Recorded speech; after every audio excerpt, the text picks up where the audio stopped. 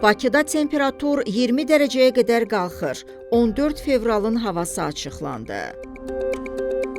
Report xəbər verir ki, bu barədə Milli Hidrometeorologiya Xidməti məlumat yayıb.